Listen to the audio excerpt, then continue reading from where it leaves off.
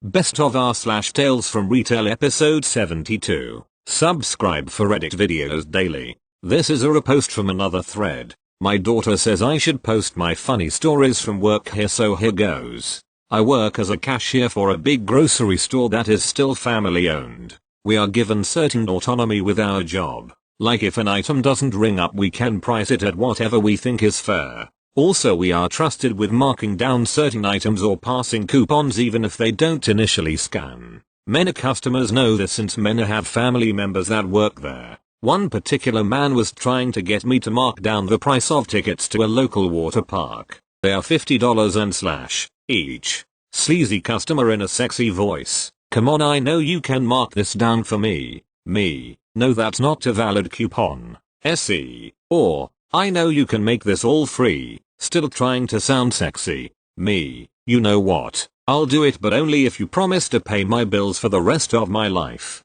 SC. And now his wife. Well, you want free tickets and it will cost my job. Pay my bills and I'll do it. His wife starts hitting him and yelling obscenities in Spanish. They pay and leave. TLDR. Guy wants free tickets to water park. I want him to pay my bills for life. Thank you. Next. I work in a grocery store that is still family owned. I do various positions depending on my schedule and what is needed that day. One day I was doing returns, which is I go through the area of the check stand and pick up what customers leave behind. I organize them on a cart that has sections for every aisle and then walk the aisles putting everything back. I also do damages, which is everything that is damaged in some way has to go to an art to be scanned out as such so we can get reimbursed by insurance or other means. One day about a year ago I find a lonesome cucumber. It was long 12-14 inches with the last 2 inches curving up. The 12-year-old in me was so excited. I pick it up and whoa. Someone took a huge bite out of the side and just left it there. I show my manager cause we were buddies and we had a long convo about the flavorless people that ruined a beautiful cucumber. RIP. TLDR. Beautiful cucumber had a bite on the side. We mourned. Thank you. Next. Phone. Non-English speaker and extremely tired. I work at the deli department and love it. Although a bit sleep deprived and stressed from all the things to do, I do a relatively good job today. Well, in comes a regular. She looks like a zombie was killed and transformed into a man. I do not usually meet her. Actually, she only sticks out now because she is the only one asking about a certain product, a fish salad, that we are supposed to have delivered. We had it for Christmas and now we don't. Each day, she comes in and asks for it. Since I cannot order yet, I have no clue if it was ordered or not. I cannot tell her when we will have it again. Somehow she only comes in when I am alone in the department, so I have no one to ask. Well, when I inform her that we do not have it, she goes on a passive-aggressive complaint. Not the I want to speak to the manager type, but the that is weak. But it is the season for the fish. That's dumb. If you do not have it, you should order it. While shaking her head. Unbelievable. That is no service. I have to complain about it. She actually complains to the cashiers and wants to the manager, but just as type of small talk. No one bothers to tell my colleagues to order it though. Honestly, I hope we get it right when the season is over. Not during the season, only afterwards. Thank you. Next. This story took place over the course of a few weeks. Bear with me as I recall the details. I work at a thrift shop. Most items are priced based on quality and condition. However, we do have set prices for some items. One such item is Monster High dolls. We get them pretty often, so the general rule is that each doll goes out for $5. If it's in bad shape or missing bits it's $4, and if it's clothed with accessories it's $6. It's always been this way, and this is a standard across all of our locations. I've had customers ask why these dolls are more expensive than our Barbies or other dolls out there, and I usually explain that Monster High dolls offer articulated joints, and are popular for customizing and sculpting off of. When we get into a conversation about it, usually the customer will understand why the dolls are on the pricier side. Well, not this lady. This lady brought up about 10 dolls to the register, and immediately asked my cashier for a manager, myself. She asks why the dolls are expensive. I explain why, and assume she'll understand, but number. She instead insists that the other stores sell these dolls for $3, and she even found one in the package with all these extra accessories for only $8. I told her that unfortunately without some proof, I wouldn't be able to honor such a reduced price, but did offer her $5 for a couple of her $6 picks due to minor imperfections. That was 2 or so weeks ago, and I assumed that was the end of it, but I was so wrong. This lady came back, about a week ago, and told me she was so glad she could catch me again, because she has something to show me. I got a little excited because I thought she was going to show me her collection, or a doll she had customized. She brought all my expectations down when I saw she was showing me pictures of Monster High dolls from other locations, sure enough priced at $3 across the board. I was so surprised, I just stared. She put on a smug face and told me, see, your dolls are, maybe, just a little overpriced. And with how snotty her voice was, it took everything in me to be civil when I told her that I would speak to the store manager to clarify whether our prices were right, or the other location's prices. She walked away thinking she'd won, and I walked away kind of defeated. The next day when the store manager was in, I asked him if we had a set price for Monster High dolls. He told me yes, and together we reviewed the pricing standard for dolls. We even went out onto the sales floor to make sure we really were on track with our pricing. Seeing as we have never had to recycle a single Monster High doll for not selling, we decided we did not need to lower these prices. Now, just today, the store manager approached me when I started my shift, grinning ear to ear. He had a story to tell me. Apparently this lady had gone to the other location within our city, and complained and moaned about our horribly overpriced dolls to the cashier, who brought the manager over to share the conversation. She told them they should talk to that other store and see about lowering our prices a notch, and so the manager did what any good manager ought to do. She followed up, and reviewed the pricing standard for these toys and dolls.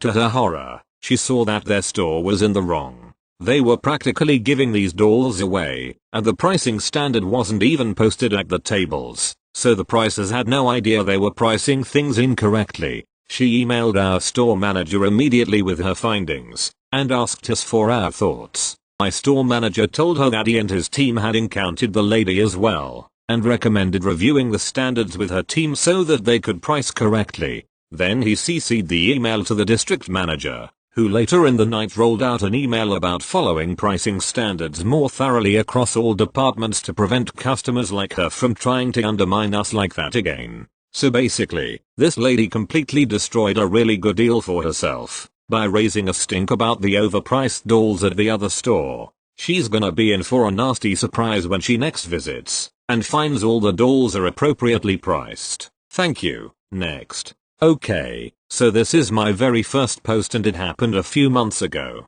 I work at the return/customer desk in a retail store. I was originally hired on to be just a cashier, but they were short on people for the desk and ended up training me there. Anyways, I can't remember exactly what I was doing. I think I was helping one of my head cashiers, but some guy comes in with his family asking to return a water heater. Now, things like this are tricky because it has to fall into our return guidelines. I had 2 new people working at the desk. We'll call them SK and JN, and I've always urged them to call me if I'm nowhere near the desk when it comes to things like this. From what SK told me, he demanded to return the water heater because it had stopped working. They asked him when he bought it because we can only take things like that back within 30 days. He said he bought it about 4 months ago. It was already out of our return policy, but occasionally we let it go through if they're getting another, which is exactly what he wanted. He was asked if he had the receipt, and he said number. That's strike 2. We have to have the receipt. He was then asked if he had at least called the manufacturer. Another no, and a third strike. SK and JN informed him that we were unable to do anything with the receipt or the card or an RA number, return authorization number. Needless to say, he was pissed. SK calls me back to the desk because she's never had to deal with something like this and JN was getting really upset because the line was being held up. I come around the corner and asked the man if I could help him and immediately I'm hit with who are you? Me. I work at the desk right now. How can I help you? Him. I need to return this water heater and get another one. Me. Okay, no problem. Do you have the receipt and NRA number? Him. No. Me. SKNJN. Got. Me. Well, then the answer is, unfortunately sir, I'm unable to return or exchange it without either of those. Now, it's important to note that this man is a regular. A lot of our customers are regulars due to a majority of them being contractors and such, but we do get regular folk that aren't in any business. The man immediately demands to speak to the person who's in charge, and I tell him, that would be me. Another important note, SK is 28 and JN is about 23 years old. I am considerably younger than either of them, but I'm 20 years old and have been there since I was about 19 years old. D, my head cashier, had gone to the bathroom, but it wasn't uncommon for us to fend for ourselves for a little while. He's clearly upset at being told he can't return the water heater by someone who can't even drink, so he again demands to speak to the manager. The store has quite a few managers, about 14 of them, 15 if we're including the store manager. Me, which manager would you like to speak to? Him, get me BB, one of the three ASMs, which is how I knew he was a regular.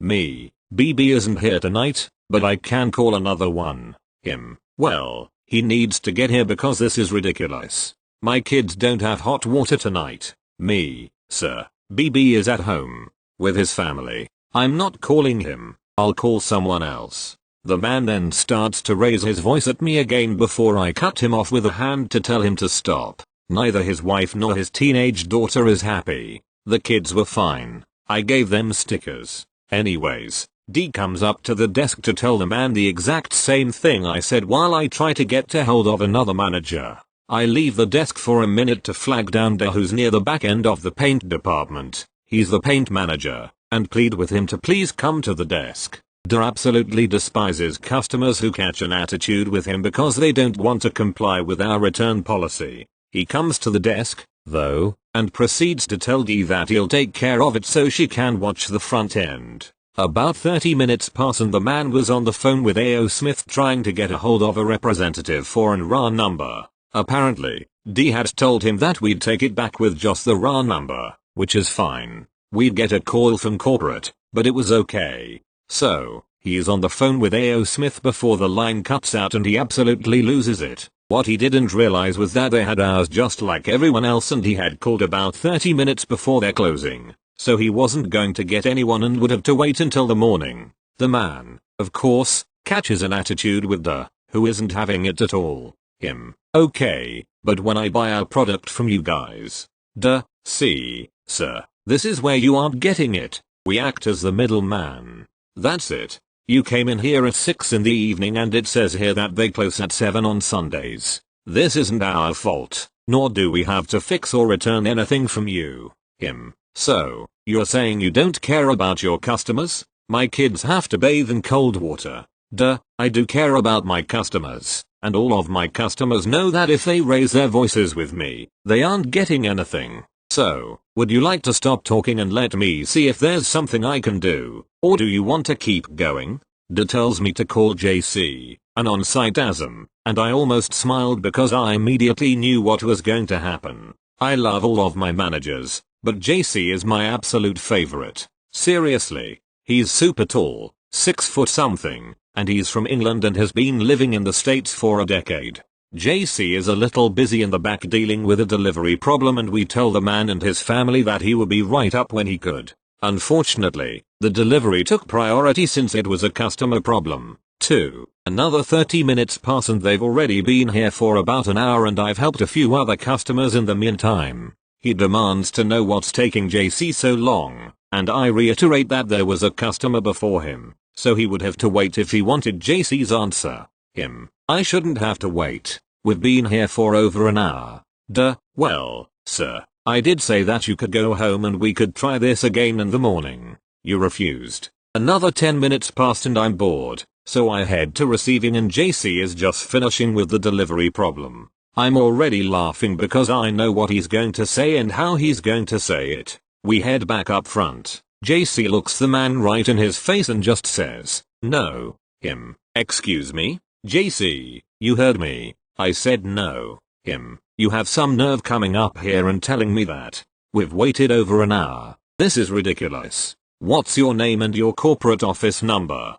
JC. No, sir. What's ridiculous is you coming in here and getting smart with my staff when you have no proof or payment, no RA number, and I was informed that you've had it for about 4 months and you stated that you were going to buy a new one and put the old one in the new box. So, I have enough grounds to tell you exactly that. No. Get out. Him. You can't. JC. We have the right to refuse any return without proof of purchase. Him. And where does it say that? JC. On the giant sign behind you, on our desks in front of your face, on the backs of our receipts, and in this nice little packet I'm going to give you that says return policy. Please read it. In the end, the man and his family goes home without their new water heater, and I end up leaving my shift about 20 minutes past 7, but it was worth it. Thank you. Next. Okay, so this story dates back to when I was working at a small off-licenser shop that sold alcohol to be consumed off the premises, part of an, at the time, well-known national chain, the name of which was in high letters across the front of the shop. It was a quiet day, and as per usual, there was only one member of staff on, which happened to be me. I was standing behind the counter, as it was coming up to a usually busy period, when a somewhat harried-looking man came in. Man, do you have any name of newspaper left? Me. I'm sorry, sir, but we don't sell newspapers here. Man, what kind of newsagent doesn't sell newspapers? Me. We're an off-license, sir. The man looks around, evidently seeing, for the first time, the floor-to-ceiling shelves of wine, beer, cider and spirits, and more importantly, the distinct lack of any newspapers, magazines or anything else one might expect to find in a newsagent's. He blinks, turns round and walks back out. Never saw him again. Thank you. Next. So, from the last time I posted on here, I have been moved from the pets and gardens section to the home decor department in my shop. I also cover the furniture section, seasonal, so patio things in summer, Halloween and autumn, Christmas and autumn/winter, and the Lissuire and toys section. But I am mostly in home decor, and only cover the other departments when the people specified for those departments are busy/not in, so I'm the only one who can cover. We sell a lot of things there, hurricanes and candle holders, candles, statues, anything that is home decor, and obviously, from the title, big clocks. This happened on Sunday. Sunday's a slow day for us. It's usually just focused on keeping standards up in the store, getting overstock out of the warehouse, and dealing with customers. And on Sunday, it was expected to be even slower due to a storm that had a yellow weather warning for the whole country. So we were just focusing on getting overstock out. The cast for this interaction are me, CL, clock lady. I was building up a stool when this woman walks up to me and asks, "Excuse me, do you have any big clocks?" I look up and say, "Yep, they're right in front of the store." In our shop, as soon as you walk in, there's aisles to home decor. The clock aisle is the fifth in line at the front. It's pretty easy to spot. It's a simple question, and I was just expecting her to walk away to the aisle like most customers do. Instead, I was left with the most baffling customer interaction I've had in my almost 2 years in retail. The rest of the conversation goes like this. There is no gap in between. She did not come back and ask again. This is almost word for word what happened. Clock lady, right after telling her where the clocks are, "Where are the big clocks?" Me, assuming she didn't hear me. I have a thick Irish/Scottish accent, so a lot of customers don't hear me right away. It happens a lot, so I'm used to repeating myself, and slow down my voice slightly since the accent causes me to talk fast. There at the front of the shop. The aisle is right behind the tills. CL, where are the big clocks? At this point, I'm totally baffled. I don't know why she keeps asking. I don't know if she genuinely can't hear me or if she thinks asking over and over is going to change where the clocks are. So I just look at her and say, they're at the front of the shop. They're right behind the tills. You'll see them as soon as you walk down. CL, no, I'm talking about the big clocks. All our clocks are at the front of the store. The big clocks, the small clocks, the table clocks, they're all at the front of the shop. CL, is it where the big clocks are? Yes. All the clocks, including the big ones, are at the front of the shop. Thankfully, after this, she finally realizes the big clocks are all at the front of the shop and she finally walks away. It's been 3 days. And I still don't understand this interaction and I don't think I ever will.